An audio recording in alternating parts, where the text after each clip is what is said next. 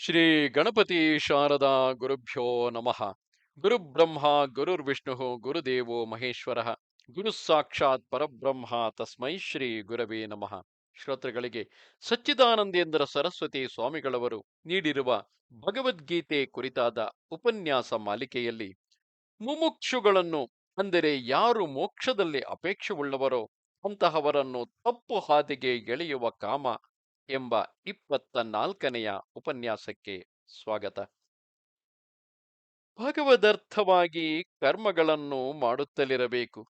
ಸಂಘವನ್ನು, ಫಲಾಭಿಸಂಧಿಯನ್ನು, ಅಂದರೆ ಫಲದ ಮೇಲಿನ ಆಶೆಯನ್ನು ಬಿಡಬೇಕು ಎಂಬುದು ಭಗವಂತನ ಮತವು. ಆದರೆ ಜನರು ಈ ಭಗವಂತನ ಮತವನ್ನು ಅನುಸರಿಸದೆ ಫಲಾಭಿಲಾಷೆ, ಅಂದರೆ ಫಲದಲ್ಲಿ ಅಭಿಲಾಷೆ ಮತ್ತು ಸಂಘ ಇವುಗಳಿಂದ ಕೂಡಿಯೇ, ಅಂದರೆ ಕರ್ಮದೊಂದಿಗೆ ಅಂಟಿಕೊಂಡೇ ಕರ್ಮವನ್ನು ಮಾಡುತ್ತಿರುವರು. ಇದೇಕೆ? ಸ್ವಧರ್ಮವನ್ನು ಮಾಡಿ ಅದನ್ನು, ಅಂದರೆ ನಿನ್ನ ಸ್ವಧರ್ಮವನ್ನು ಮಾಡಿ ಅದನ್ನು ಈಶ್ವರನಿಗೆ ಅರ್ಪಿಸಬೇಕು ಎಂಬುದು ಭಗವಂತನ ಮತವು. ಆದರೂ ಈಶ್ವರನನ್ನು ಮರೆತು ತಮ್ಮ ಧರ್ಮವನ್ನು ಬಿಟ್ಟು ಪರಧರ್ಮವನ್ನು ಮಾಡುವುದಕ್ಕೂ ಹೊರಡುತ್ತಾರೆ. ಇದೇಕೆ? ಇದನ್ನು ತಿಳಿಯಬೇಕೆಂದು ಅರ್ಜುನನು ಕೇಳುತ್ತಿದ್ದಾನೆ. ಅಥಕೇನ ಪ್ರಯುಕ್ತೋಯಂ ಪಾಪಂ ಚರತಿ ಪೂರುಷಃ ಅನಿಚ್ಛನ್ನಪಿ ವಾರ್ಷ್ಣೇಯ ಬಲಾದಿವ ನಿಯೋಜಿತಃ. ಮನುಷ್ಯನಿಗೆ ಹೀಗೆ ಮಾಡಬಾರದು ಎಂದು ತಿಳಿದಿದ್ದರು ಆ ಮಾಡಬಾರದ ಕೆಲಸವನ್ನು ಯಾರೋ ಅವನಿಂದ ಬಲಾತ್ಕಾರದಿಂದ ಮಾಡಿಸುವಂತೆ ಕಾಣಿಸುತ್ತಿದೆ. ನಮಗೆಲ್ಲರಿಗೂ ಸತ್ಕರ್ಮವನ್ನೇ ಮಾಡಬೇಕು, ದೊಡ್ಡವರ ಹಾದಿಯಲ್ಲಿಯೇ ನಡೆದು ಕೃತಾರ್ಥರಾಗಬೇಕು ಎಂಬ ಅಭಿಲಾಷೆ ಇರುತ್ತದೆ. ಬಹಳ ಸಂದರ್ಭಗಳಲ್ಲಿ ಇದು ಮಾಡಬಾರದ ಕೆಲಸ, ಇದನ್ನು ಮಾಡುವುದಕ್ಕೆ ನನ್ನ ಮನಸ್ಸು ಒಪ್ಪುವುದಿಲ್ಲ ಎಂದುಕೊಳ್ಳುತ್ತಿರುವೆವು. ಆದರೂ ಅದು ಹೇಗೋ ಅಂಥ ಕರ್ಮವನ್ನು ನಾವು ಮಾಡಿಯೇ ಬಿಡುವೆವಲ್ಲ. ಅಂದರೆ ನಮ್ಮ ಅಂತಸ್ಸಾಕ್ಷಿ ಆ ಅಂತರ್ವಾಣಿ ಹೇಳಿದುದನ್ನೂ ಮೀರಿ ನಾವು ಮಾಡಬಾರದ ಕೆಲಸವನ್ನೇ ಮಾಡಿಬಿಡುವೆವಲ್ಲ. ಇದೇಕೆ? ಈ ವಿಷಯವನ್ನು ಹಿಂದೆಯೇ ಎಷ್ಟೋ ಸಲ ಹೇಳಿರುತ್ತದೆಯಾದರೂ ಇದನ್ನೇ ಮುಖ್ಯವಾಗಿಟ್ಟುಕೊಂಡು ಎಲ್ಲಿಯೂ ಹೇಳಿಲ್ಲ. ಆದ್ದರಿಂದ ಇಲ್ಲಿ ವ್ಯಾಸರು ಅರ್ಜುನನ ಪ್ರಶ್ನೆಗೆ ಭಗವಂತನ ಉತ್ತರ ಎಂಬ ರೂಪದಿಂದ ಇದನ್ನೇ ನೇರವಾಗಿ ತಿಳಿಸುವುದಕ್ಕೆ ಹೊರಟಿರುತ್ತಾರೆ. ಈಗ ನಾವು ಭಗವಂತನ ಉತ್ತರವನ್ನು ವಿಮರ್ಶಿಸೋಣ. ಕಾಮ ಏಷ ಕ್ರೋಧ ಏಷ ರಜೋಗುಣ ಸಮುದ್ಭವ ಮಹಾಶನೋ ಮಹಾಪಾಪ್ಮ ವಿದ್ಯೇನ ಮಿಹವೈರಿಣಂ. ನಮಗಿಂತ ಬೇರೆಯಾದ ಯಾವುದೋ ಒಂದು ತತ್ವವು ನಮ್ಮನ್ನು ವಶಗೊಳಿಸಿಕೊಂಡು ಮಾಡಬಾರದ ಕೆಲಸವನ್ನು ನಮ್ಮಿಂದ ಮಾಡಿಸುತ್ತಿರುವುದಿಲ್ಲ. ಆದರೆ ನಮ್ಮ ಕಾಮವೇ ಇದಕ್ಕೆ ಕಾರಣವಾಗಿರುತ್ತದೆ.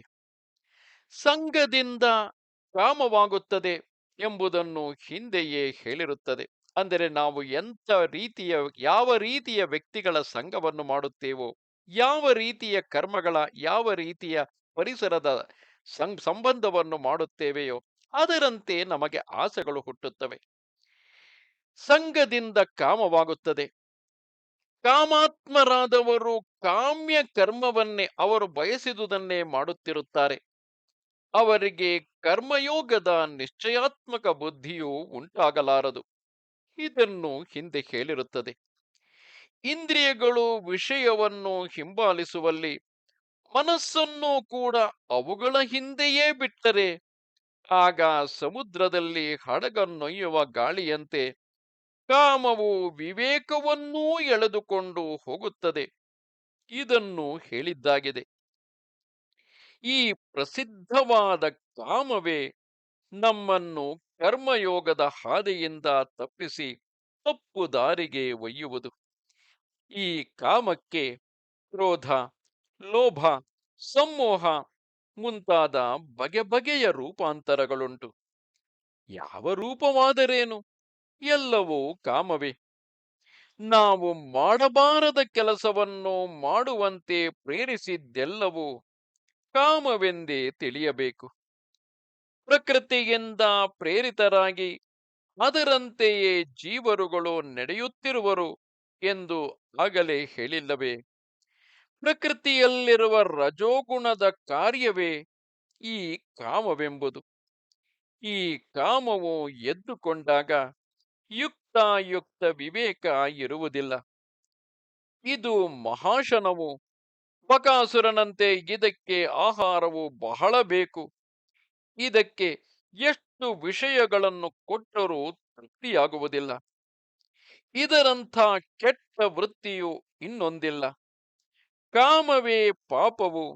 ಕಾಮವಿಲ್ಲದಿರುವುದೇ ಸದಾಚಾರವು. ಆದ್ದರಿಂದಲೇ ಕಾಮೋಗ್ ಆಕರ್ಷಿತ್, ಅಂದರೆ ಕಾಮವು ಮಾಡಿತು ಎಂಬ ಮಂತ್ರದ ಜಪವನ್ನು ಉಪಕರ್ಮದಲ್ಲಿ ದ್ವಿಜರು ಹೇಳುತ್ತಾರೆ. ಕಾಮ ಪ್ರೇರಿತರಾಗಿಯೇ ಸ್ವಧರ್ಮವನ್ನು ಬಿಟ್ಟು ಜನರು ಪರಧರ್ಮಕ್ಕೆ ಕೈಹಾಕುತ್ತಾರೆಂದು, ಇದೇ ಜನರನ್ನು ಪಾಪದೊಳಕ್ಕೆ ದೂಡುವ ಶತ್ರುವೆಂದು ತಿಳಿಯಬೇಕು. ಹೊಗೆಯು ಬೆಂಕಿಯನ್ನು ಮುಸುಕಿಕೊಳ್ಳುವಂತೆಯೇ ಬೆಂಕಿಯನ್ನು ಮುಸುಕಿಕೊಳ್ಳುವಂತೆಯೂ, ಕನ್ನಡಿಯನ್ನು ಧೂಳು ಮುಚ್ಚಿಕೊಳ್ಳುವಂತೆಯೂ, ಗರ್ಭವನ್ನು ಮೇಲ್ಪೊರೆಯು ಸುತ್ತಿಕೊಂಡಿರುವಂತೆಯೂ ಈ ಕಾಮವು ಜ್ಞಾನವನ್ನು ಆವರಿಸಿಕೊಂಡಿರುತ್ತದೆ. ಕಾಮವು ಪೂರ್ಣವಾಯಿತು, ಇಲ್ಲಿಂದ ಮುಂದಕ್ಕೆ ಇದರ ಉಪಟಳವಿಲ್ಲ ಎಂಬುದಿಲ್ಲ. ಕಾಮಗಳನ್ನು ಉಪಭೋಗಿಸುವುದರಿಂದ ಕಾಮವು ಎಂದಿಗೂ ಉಪಶಾಂತವಾಗುವುದಿಲ್ಲ. ವಿಷಯಗಳ ಉಪಭೋಗದಿಂದ ತುಪ್ಪವನ್ನು ಸುರಿದ ಬೆಂಕಿಯಂತೆ ಆ ಕಾಮವು ಮತ್ತು ಹೆಚ್ಚಾಗಿ ಬೆಳೆಯುತ್ತದೆ ಎಂದು ಮನು ಹೇಳಿರುತ್ತಾನೆ. ಬೆಂಕಿಗೆ ಎಷ್ಟು ಕಟ್ಟಿಗೆಯನ್ನು ಹಾಕಿದರೂ ಸಾಲದು, ಕಾಮಕ್ಕೆ ಎಷ್ಟು ವಿಷಯಗಳನ್ನು ಕೊಟ್ಟರೂ ಸಾಲದು. ಆದ್ದರಿಂದ ಇವೆರಡನ್ನು ಅನಲ, ಅಂದರೆ ಸಾಲದು ಎಂದೇ ಕರೆಯಬಹುದು. ಕಾಮವೆಂಬುದು ವಿವೇಕಿಗೆ ನಿತ್ಯ ವೈರಿಯಾಗಿರುತ್ತದೆ.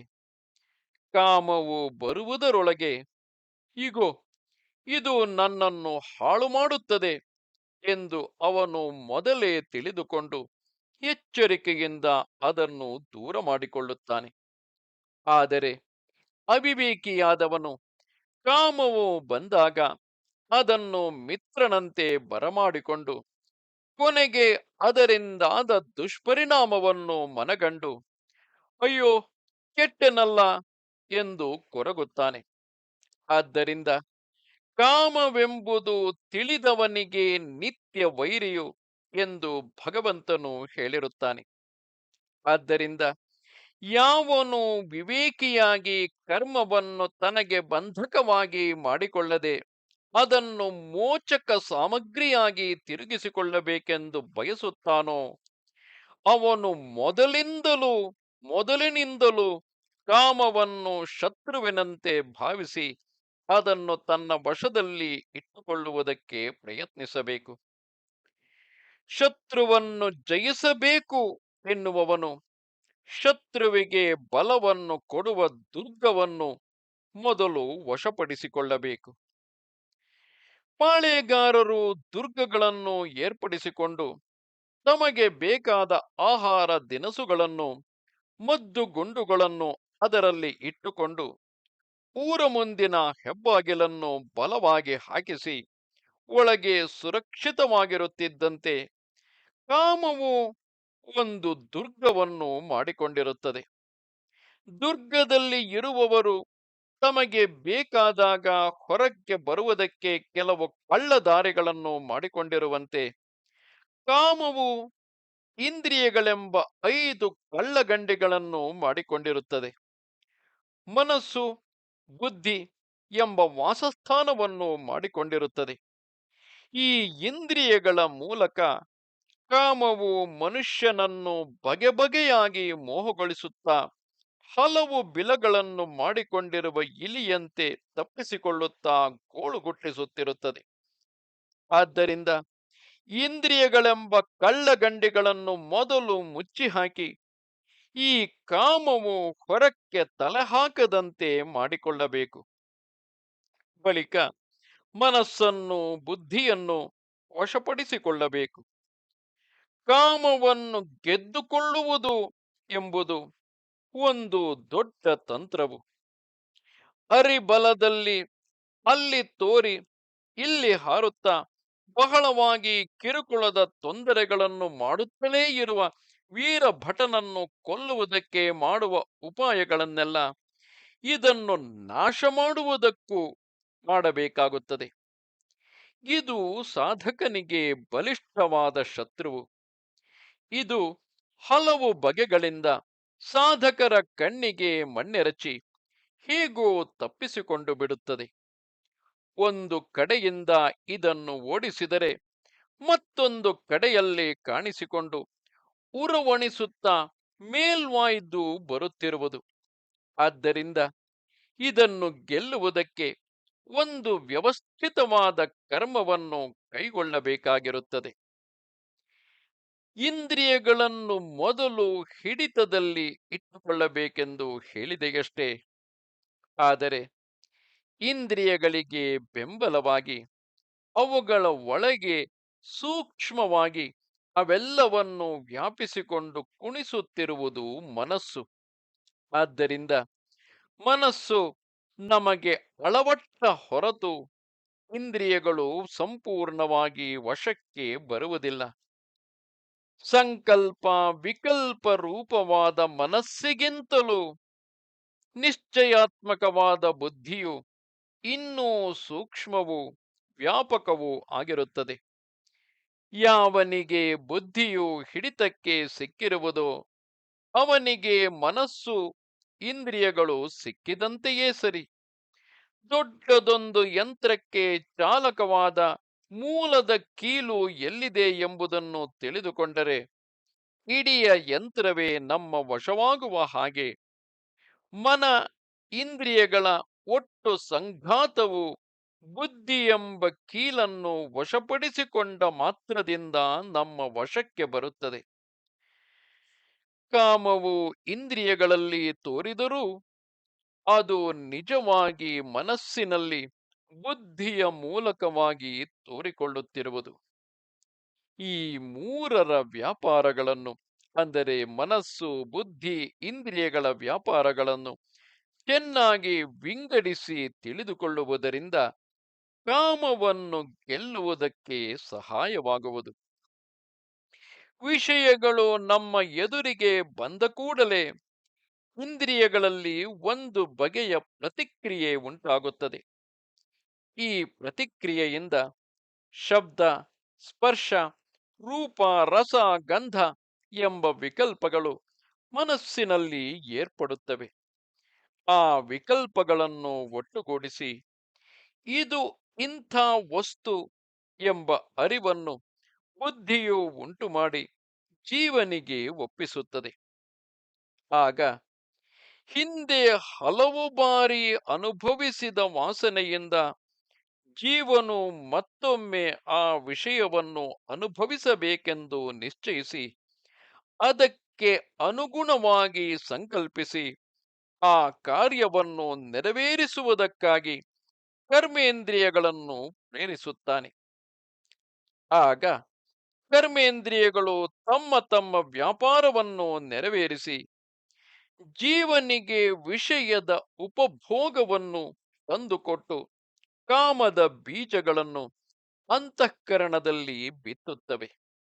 ಹೀಗೆ ವಿಷಯದ ಅರಿವು, ಕಾಮವಾಸನೆಯು ಎದ್ದುಕೊಳ್ಳುವುದು, ಕಾಮೋಪಭೋಗಕ್ಕಾಗಿ ಯತ್ನಿಸಿ ಕರ್ಮವನ್ನು ಮಾಡುವುದು, ವಿಷಯಗಳನ್ನು ಅನುಭವಿಸುವುದು, ಅನುಭವದಿಂದ ವಾಸನೆಯು ಅಂತಃಕರಣದಲ್ಲಿ ಬೀಡು ಬಿಟ್ಟುಕೊಳ್ಳುವುದು, ಮತ್ತೆ ಕಾಲಾನುಕಾಲಕ್ಕೆ ವಿಷಯದ ಅರಿವು ಆದಾಗ ಅದನ್ನು ಪಡೆಯುವುದಕ್ಕೆ ಯತ್ನಿಸುವುದು ಎಂಬ ಕ್ರಮದಿಂದ ಕಾಮದ ವಿಲಾಸವು ಚಕ್ರದಂತೆ ಅನವರತವಾಗಿ ತಿರುಗುತ್ತಲೇ ಇರುತ್ತದೆ. ಆದರೆ ಯಾವಾಗ ವಿವೇಕಿಯಾದವನು ಇಂದ್ರಿಯಾದಿಗಳ ಸಂಬಂಧವನ್ನು ಅರಿತುಕೊಂಡು ಇಂದ್ರಿಯಗಳು, ಮನಸ್ಸು, ಬುದ್ಧಿ ಇವುಗಳನ್ನು ಮೀರಿರುವ ಶುದ್ಧಾತ್ಮನನ್ನು ಕಂಡುಕೊಳ್ಳುವನೋ ಅವನಿಗೆ ಕಾಮದ ಕಾಟವು ಅತ್ಯಂತವಾಗಿ ತೊಲಗುವುದು. ಜ್ಞಾನಿಯಾದವನು ತನ್ನ ಜ್ಞಾನದ ಬಲದಿಂದಲೇ ಸರ್ವ ಕಾಮಗಳನ್ನು ಗೆದ್ದುಕೊಂಡು ಬಿಡುತ್ತಾನೆ. ಪರಮಾರ್ಥ ದೃಷ್ಟಿಯಿಂದ ನೋಡಿದರೆ ಆತ್ಮನೊಬ್ಬನೇ ಇರುವವನು. ಅವನಲ್ಲಿ ಬುದ್ಧಿಯನ್ನು, ಮನಸ್ಸನ್ನು, ಇಂದ್ರಿಯಗಳನ್ನು ಕಲ್ಪಿಸಿಕೊಂಡು ಜೀವರುಗಳು ತಮ್ಮಲ್ಲಿ ಇಲ್ಲದ ಸಂಸಾರ ದುಃಖವನ್ನು ಅನುಭವಿಸುತ್ತಿರುವರು.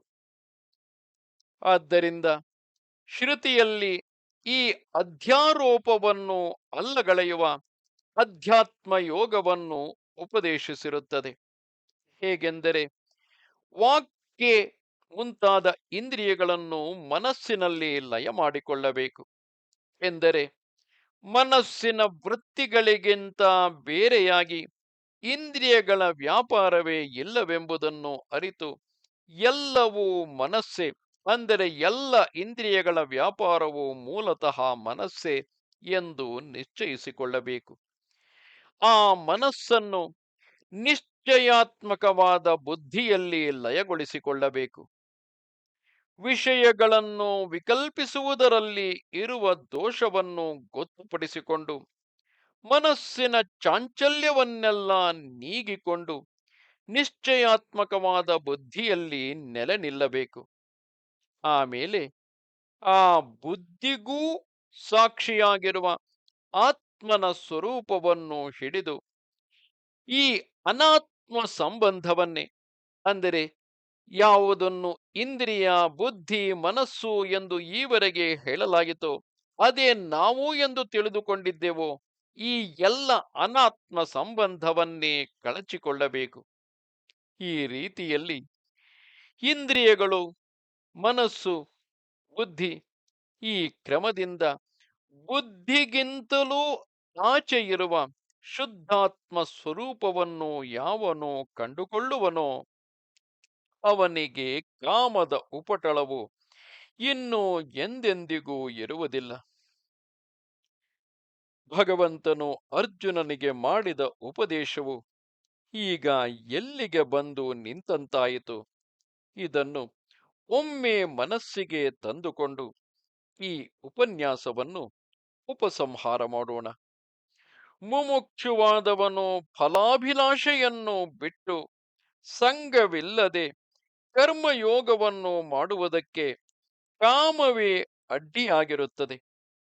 ಅಂದರೆ ಮೋಕ್ಷಾಪೇಕ್ಷಿಯಾದವನು ಫಲದ ಮೇಲೆ ಆಸೆಯನ್ನು ಹೊಂದದೆ, ಕರ್ಮದೊಂದಿಗೆ ಸಂಘವನ್ನು ಹೊಂದದೆ, ಭಗವಂತನಲ್ಲಿ ಕರ್ತೃತ್ವ ಭಾವದಿಂದ ಕರ್ಮಯೋಗವನ್ನು ಆಚರಿಸುವುದಕ್ಕೆ ಈ ಕಾಮವೇ ಅಡ್ಡಿಯಾಗಿರುತ್ತದೆ.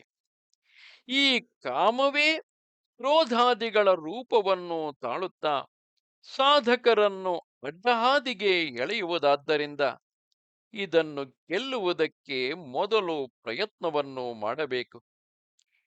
ಇಂದ್ರಿಯಗಳು, ಮನಸ್ಸು, ಬುದ್ಧಿ ಇವೇ ಕಾಮಕ್ಕೆ ಆಶ್ರಯವಾಗಿರುವುದರಿಂದ ಇವನ್ನು ಕ್ರಮವಾಗಿ ವಶಕ್ಕೆ ತಂದುಕೊಳ್ಳಬೇಕು. ಹೀಗಾದರೆ ಕರ್ಮಯೋಗವು ದಕ್ಕುತ್ತದೆ, ಅದರ ಮೂಲಕ ಜ್ಞಾನವೂ ಸಿದ್ಧಿಸುತ್ತದೆ. ಹೀಗೆ ಒಮ್ಮೆ ಜ್ಞಾನವು ದೊರಕಿತೆಂದರೆ ಇಂದ್ರಿಯಗಳಾಗಲಿ, ಮನಸ್ಸಾಗಲಿ, ಬುದ್ಧಿಯಾಗಲಿ ಆತ್ಮನಿಗಿಂತ ಬೇರೆಯಾಗಿ ಕಾಣಿಸಿಕೊಳ್ಳುವುದೇ ಇಲ್ಲ. ಆದ್ದರಿಂದ ಬುದ್ಧಿಯನ್ನು ದಾಟಿ ಸಾಕ್ಷಿಯಾಗಿ ನಿಂತಿರುವ ಆತ್ಮನ ಸ್ವರೂಪವನ್ನು ಕಂಡುಕೊಂಡು ಅಲ್ಲಿಯೇ ನಿಂತವರಿಗೆ ಎಲ್ಲ ಇಂದ್ರಿಯಗಳು ಅತ್ಯಂತವಾಗಿ ವಶವಾಗಿ ಕಾಮಗಳೆಲ್ಲವೂ ಮಾಯವಾಗಿ ಬಿಡುತ್ತವೆ. ಆದರೆ ಈ ಜ್ಞಾನವನ್ನು ಮುಟ್ಟುವವರೆಗೂ ಕರ್ಮಯೋಗವನ್ನು ಮಾಡುವ ಮುಮುಕ್ಷುವು ಎಚ್ಚರಿಕೆಯಿಂದ ಇಂದ್ರಿಯಾದಿಗಳನ್ನು ವಶದಲ್ಲಿಟ್ಟುಕೊಂಡಿರಬೇಕು. ಬುದ್ಧಿಯಿಂದ ಆಚೆಗೆ ಇರುವ ಆತ್ಮನನ್ನೇ ತನ್ನ ಗುರಿಯಾಗಿಟ್ಟುಕೊಂಡು ಕರ್ಮಯೋಗವನ್ನು ಪ್ರಯತ್ನಪೂರ್ವಕವಾಗಿ ಅನುಷ್ಠಾನ ಮಾಡುತ್ತಿರಬೇಕು. ಕರ್ಮಯೋಗಿಗೆ ಕಾಮಗಳು ಅಡ್ಡ ಬರುವಾಗಲೆಲ್ಲ ಪರಮೇಶ್ವರನನ್ನು ಮತ್ತೆ ಮತ್ತೆ ನೆನಪಿಗೆ ತಂದುಕೊಂಡು ಕರ್ಮಯೋಗವನ್ನು ಮಾಡುವುದಕ್ಕೆ ಹೊರಡುವುದೇ ನಿರಾತಂಕವಾಗಿ ತನ್ನ ಗುರಿಯನ್ನು ಮುಟ್ಟುವುದಕ್ಕೆ ಉಪಾಯವಾಗಿರುತ್ತದೆ. ನಮಸ್ತೆ ಶಾರದೆ ದೇವಿ, ಕಾಶ್ಮೀರ ಪುರವಾಸಿನಿ. ತ್ವಾಮಹಂ ಪ್ರಾರ್ಥೆಯೇ ನಿತ್ಯಂ, ವಿದ್ಯಾದಾನಂಚ ದೇಹಿಮೆ. ನಮಸ್ಕಾರ.